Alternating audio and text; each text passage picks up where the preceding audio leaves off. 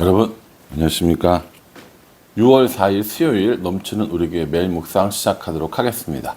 오늘 본 말씀은 역대상 5장 1절부터 6장 81절까지 말씀입니다. 이 역대상 앞에 부분을 묵상하면서 이 성도들이 원망하고 있습니다. 이걸 어떻게 하란 말이에요? 막 이렇게 이야기를 하고 있습니다. 저도 이 매일 묵상을 준비하는 시간과 찍는 시간이 엄청 오래 이렇게 늘어나고 막 자료도 많이 찾아봐야 되고 이런 상황이거든요. 근데 뭐 그럴 수 있죠. 뭐 어려운 부분 하면 더 열심히 공부하는 거고, 익숙한 부분 하면 좀 덜 열심히 해도 되는 거고, 뭐 그런 거 아니겠습니까? 그러니 계속 이런 건 아니니까 며칠만 이렇게 한다 생각하고 전체를 읽으시면서 내가 아는 사람들 이렇게 동그라미 쳐보시고, 내가 마음에 꼭 들어오는 구절들 이런 거 한번 읽어보신 다음에 이 매일 묵상을 듣고 한번 더 보시면 좀 도움이 되지 않을까라는 생각을 해봅니다. 오늘 그 5장부터는요, 누가 나오냐면 르우벤 지파와 갓 지파와 므낫세 반 2분의 1 므낫세 반 지파가 나옵니다. 그럼 딱 눈치채셨어야 돼요. 이게 어디에 사는 사람들이 요단강 동편에 사는 사람들인 거잖아요. 그러니까 요단강을 기준으로 해서 요단강 동편 사람들과 요단강 서편 사람들이 있었는데, 먼저 땅을 차지한 사람들은 요단강 동편에 있었던 세 지파였습니다. 정확히 얘기하면 두 지파 반이 되는 거죠. 르우벤 지파가 있었고 갓 지파가 있었고, 므낫세 지파는 반으로 나누어서 반은 요단강 동편에, 반은 요단강 서편에 있었습니다. 그래서 이 지파를 므낫세 반이라고 부른다고 했어요. 오늘 1절 말씀을 보면 이스라엘의 장자 르우벤의 아들들은 이러하니라. 르우벤은 장자라도 그의 아버지의 침상을 더럽혔으므로 장자의 명분이 이스라엘의 아들 요셉의 자손에게로 돌아가서 족보의 장자의 명분대로 기록되지 못하였느니라. 이렇게 얘기합니다. 분명히 족보에는 뭐라고 써있어요? 이스라엘의 장자 르우벤 이렇게 얘기합니다. 그런데 거기다 따로 설명을 해놨어요. 먼저 태어난 건 르우벤이 맞는데 진짜 이 장자의 축복을 받은 건 요셉이야 라고 얘기합니다. 그래서 장자에게는 두 몫을 주게 돼 있거든요. 그러니까 두 배를 주게 돼 있는데 다른 형제들보다. 그래서 그래서 이 요셉의 두 아들 에브라임과 므낫세와 에브라임이 두 배의 축복을 받게 되었습니다. 원래 장자는 르우벤이에요. 그러니까 르우벤이 두 배의 복을 받아야 되는데, 르우벤이 아버지의 침상을 더럽힌 일 이렇게 얘기하는데, 이게 르우벤의 어머니는 레아잖아요. 레아의 몸종이 누구였냐면은 실바였단 말이에요. 그 실바도 어쨌든 간에 그 야곱의 아내였던 겁니다. 아이를 낳아줬기 때문에. 근데 이 르우벤이 이 실바를 범하게 되는 일들이 벌어집니다. 의붓 어머니를 근친상간한 거죠. 그 일로 인하여서 르우벤은 장자의 권리를 빼앗기게 되는 겁니다. 그리고 요셉에게 두 몫이 돌아가면서 므낫세와 에브라임 이 두 아들들이 12지파에 속하는 이런 일들이 일어나게 되었다라는 것이죠. 그렇게 얘기하면서 2절에 보면은요, 유다는 형제보다 뛰어나고 주권자가 유다에게서 났으나 장자의 명분은 요셉에게 있으니라. 이렇게 얘기합니다. 유다는 뭐예요? 유다는 형제보다 뛰어나요. 여기서 뛰어나다는 것은 강하다, 뭐 세력이 크다 이런 뜻이거든요. 유다는 분명히 강하고 세력도 많고 이렇긴 하지만 주권자가 왕이 유다 지파 나오긴 했지만, 그럼에도 장자의 명분은 요셉에게 있었다라고 이렇게 얘기합니다. 굉장히 복잡한 거죠. 생각해 보십시오. 실제 태어난 순서로 치면 르우벤이 장자예요. 그런데 주권자가 나오고 가장 뛰어났던 지파는 유다 지파입니다. 르우벤의 범죄로 인해서 빼앗긴 장자의 권리는 누가 가졌냐면은 요셉 지파가 가졌습니다. 그리고 이스라엘의 영적인 그리고 제사 지내는 이 일들은 누가 맡았어요? 레위 지파가 맡았습니다. 얼마나 사실 복잡합니까? 그러니까 르우벤더러 장자라고 할 수도 없고 유다라고 하기도 찜찜하고 요셉도 좀 찜찜하고 레위도 찜찜하고 우린 이런 마음을 다 우리가 가지고 있는 거죠. 정리를 해보면 실제적으로 먼저 태어난 아들, 첫 번째 아들은 르우벤. 그 르우벤이 아버지의 침상, 아버지의 이 아내를 건드려서 근친상간에서 장자의 직분을 빼앗기게 되고, 그리고 그로 인해서 장자의 역할을 하게 된, 장자의 이런 그 축복을 받은 사람은 요셉. 이스라엘의 실질적인 리더였고 왕이 나왔던 다윗 가문의 사람들은 유다 지파. 그리고 종교적으로 이 이스라엘의 모든 일들을 담당했던 건 레위 지파, 이렇게 보시면 됩니다. 오늘 우리가 묵상하는 이 본문에는 르우벤 지파가 나오죠. 르우벤 지파에 대해서 쭉 나와요. 그리고 11절에 보면 누가 나오냐면 갓 지파가 나옵니다. 르우벤 지파와 갓 지파가 나오고요. 또 여기 보면은 23절에 보면은 므낫세 반 지파가 나옵니다. 그러니까 이 지파들의 자손들이 누구인지 족보를 쭉 이야기해 주는데, 여기서 하나 주의 깊게 볼 것이 있는데, 이 르우벤 지파와 갓 지파와 므낫세 지파가 연합해서 전쟁을 한번 벌이게 됩니다. 18절에요. 르우벤 자손과 갓 사람과 므낫세 반 지파에서 나가 싸울 만한 용사 곧 능히 방패와 칼을 들며 활을 당겨 싸움에 익숙한 자는 44,760명이라 이렇게 이야기합니다. 이 세 지파가 연합해서, 두 지파 반이죠, 정확히 얘기하면 연합해서 싸움을 하게 되었는데, 그 지파들이 싸울 때 20절 하반절에 그들이 싸울 때에 하나님께 의뢰하고 부르짖음으로 하나님이 그들에게 응답하셨습니다 라고 이렇게 이야기해 주십니다. 르우벤과 갓과 므낫세 반지파, 요단강 동쪽 지파들이 힘을 합하여서 적과 싸울 일이 있었는데, 그 싸움에 하나님께 부르짖고 하나님이 그들에게 응답하셨다라고 말씀해 주시는 거죠. 이스라엘 사람들이 처음 요단강을 건너갈 때 여기서 정복 전쟁을 다 하고, 서편에서 정복 전쟁 다 하고 돌아갈 때 그들은 언약의 이런 기념물을 세웁니다. 우리가 하나님의 자손임을 잊지 않고 우리가 한 자손임을 잊지 않겠다라고 하는 그런 언약의 기념물을 세우게 되죠. 그 약속대로, 그 기념물의 의미대로 한참이 지난 이 시기에도, 역대기가 기록할 그 시기에도 여전히 르우벤과 갓과 므낫세 반 지파는 이스라엘에게 속한 지파라고 하는 것들을 보여주고 있는 거죠.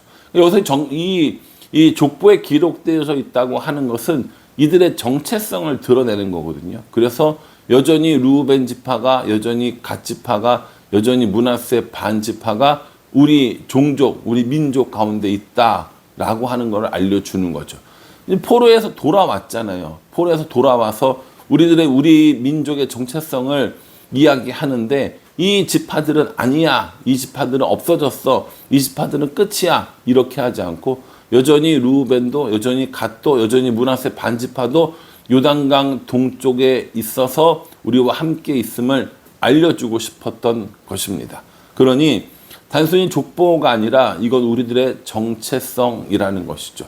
우리가 하나님의 자녀가 되어지는 것도 똑같은 겁니다. 하나님의 자녀가 되어진 우리들의 정체성은 세상에 속한, 사단 마귀에 속한 죄의 종이 아니라 하나님의 자녀임을 보여주고 있다라는 것이죠. 그래서 지금 우리들의 힘이, 우리들의 모습이 연약하고 혹은 불안정하고 혹은 잘못한 것이 있다 하더라도 결국 우리는 누구라는 거예요? 하나님의 자녀라는 것을 보여주는 겁니다. 포로로 끌려갔다가 돌아왔어요. 그럼에도 불구하고 여전히 르우벤과 갓과 므낫세 반 지파의 모습을 보여주면서 그들의 족보를 얘기하면서 우리는 여전히 이 12지파로 하나님의 자손이다라는 것을 이야기하고 있는 것이죠. 6절 말씀에 보면요, 뭐가 나오냐면 레위 지파가 나옵니다. 레위 지파는 제사장 지파입니다. 레위 지파는 굉장히 중요한 지파죠. 한번 보도록 하겠습니다. 1절에 보면 레위의 아들들은 게르손과 그핫과 무라리요 이렇게 얘기합니다. 게르손과 그핫과 무라리가 레위의 아들들인데 그 중에 그핫 자손이 제일 중요합니다.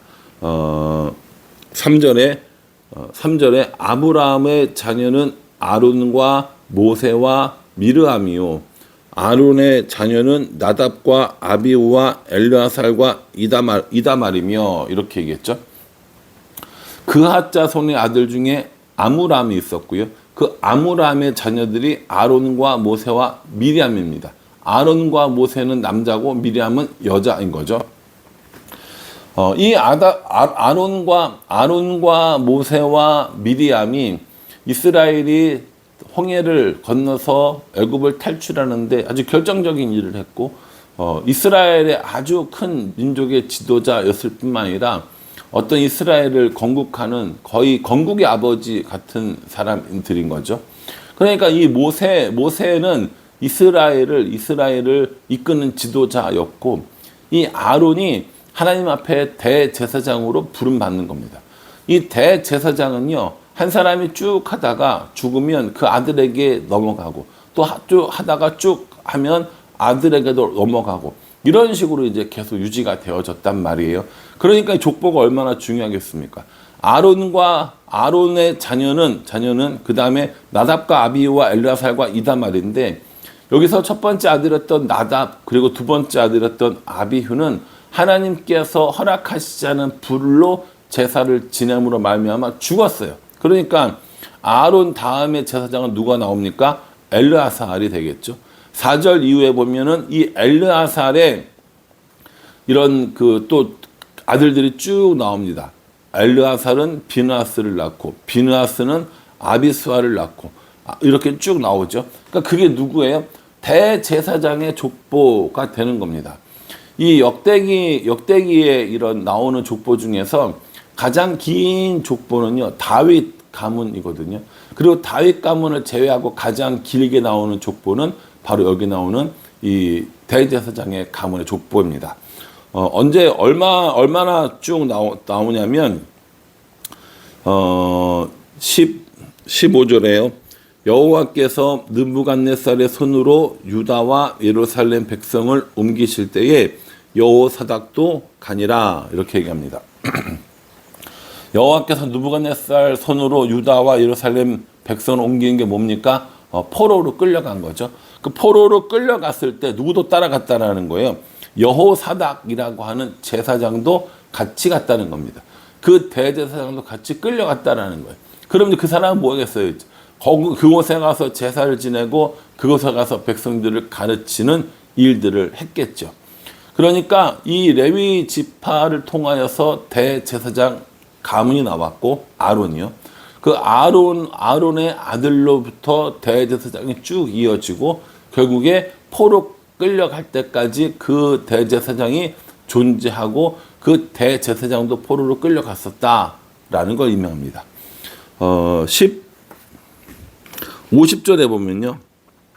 50절에 보면 한 번 더 나와요. 아론의 자손들은 이러하니라. 그의 아들은 엘르아살이요. 그의 아들은 비느하스요. 그의 아들은 아비스와요. 라고 얘기하면서 아론으로부터 시작을 해서 53절에 아히마스까지 12명의 이 제사장들의 이름을 다시 한번 이야기해 줍니다. 그리고 그 밑에 뭘 얘기해 주냐면 이 대제사장들과 그리고 제사장들이 거했던 성읍들에 대해서 이야기해 줍니다. 다 모든 지파들은 자신들의 땅이 있었지만 이 레위 지파들은 자신들의 땅을 가지고 있지 않았어요. 자신들의 성도 가지고 있지 않았습니다. 이 레위 지파의 이 기업, 레위 지파의 소유는 하나님 자신이라고 얘기했거든요. 하나님이 기업인 거예요. 다른 사람들이 다 땅을 얻고 거기서 경작을 하고 어떤 경제 활동을 살아갔지만 레위인은 온전히 하나님만을 바라보고 하나님만 의지하고 하나님의 도우심에 따라 살도록 만들어진 겁니다. 이스라엘 백성들이 가지고 온 제사물, 특별히 이 번제를 드리는 이러한 것들만 제사장들이 가질 수 있었단 말이에요. 그러니까 그런 것들로 생활을 하는 거예요. 그러니 이 대제사장 비롯한 모든 레위인 가문들, 성전을 섬기고 제사를 드리는 모든 사람들의 기업은 하나님이어야 하는 거고요. 백성들이 이렇게 열심히 신앙생활을 잘 해야 이 레위인들에게도 더 많은 분깃들이 돌아갈 수 있었던 겁니다. 이 하나님을 섬기는 일을 하는 데 있어서 다른 것들을 의지하지 않고 온전히 하나님만 섬기도록 이렇게 세워진 사람들이 바로 레위인이라는 것이죠.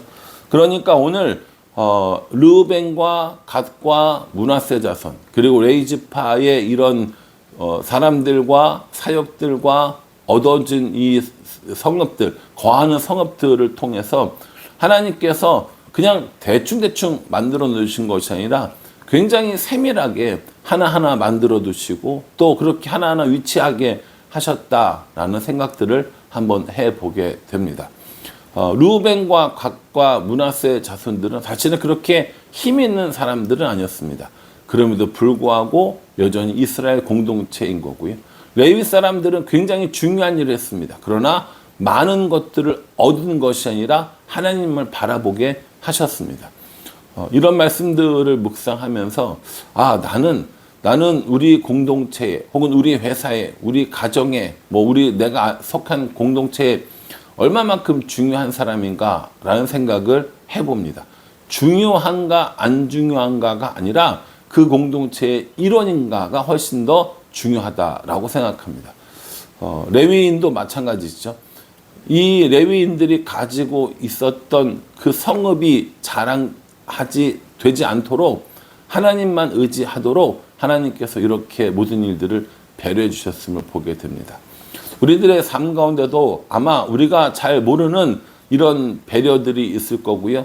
우리가 잘 모르는 하나님의 섭리들이 있을 겁니다. 그러니 단순히 지금 내 모습이 이렇고 저렇고 좋고 나쁘고 이야기하는 것이 아니라 하나님께서 우리에게 베풀어 주신 혹은 만들어 주신 그런 모든 것들을 은혜로 알고 그 하나님과 함께 살았으면 좋겠다라는 생각을 해봅니다. 저와 여러분 이 모든 말씀들을 묵상하는 일이 쉽지 않지만 이 가운데 하나님의 뜻을 발견하고 또 그 하나님과 동행하는 우리 모두가 되기를 주님의 이름으로 축복합니다. 기도하겠습니다. 하나님, 르우벤 지파, 갓 지파, 또 므낫세 반 지파, 레위 지파의 모습들을 살펴보았습니다. 크고 힘있고 중요한 지파들은 아니었다 할지라도 이스라엘 공동체를 이루는 데는 꼭 필요한 지파들이었습니다. 우리도 이렇게 어느 곳에 가든지 꼭 필요한 사람들 될 수 있도록 정체성을 가지고 살아가게 하여 주시옵소서.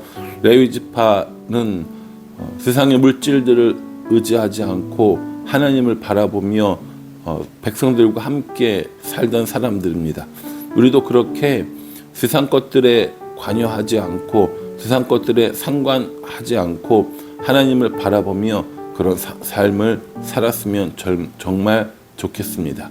그러니 하나님, 우리들 가운데 은혜 베풀어 주셔서 하나님으로 충분한, 하나님으로 만족한 삶을 살도록 은혜 베풀어 주시옵소서. 예수님의 이름으로 기도합니다. 아멘.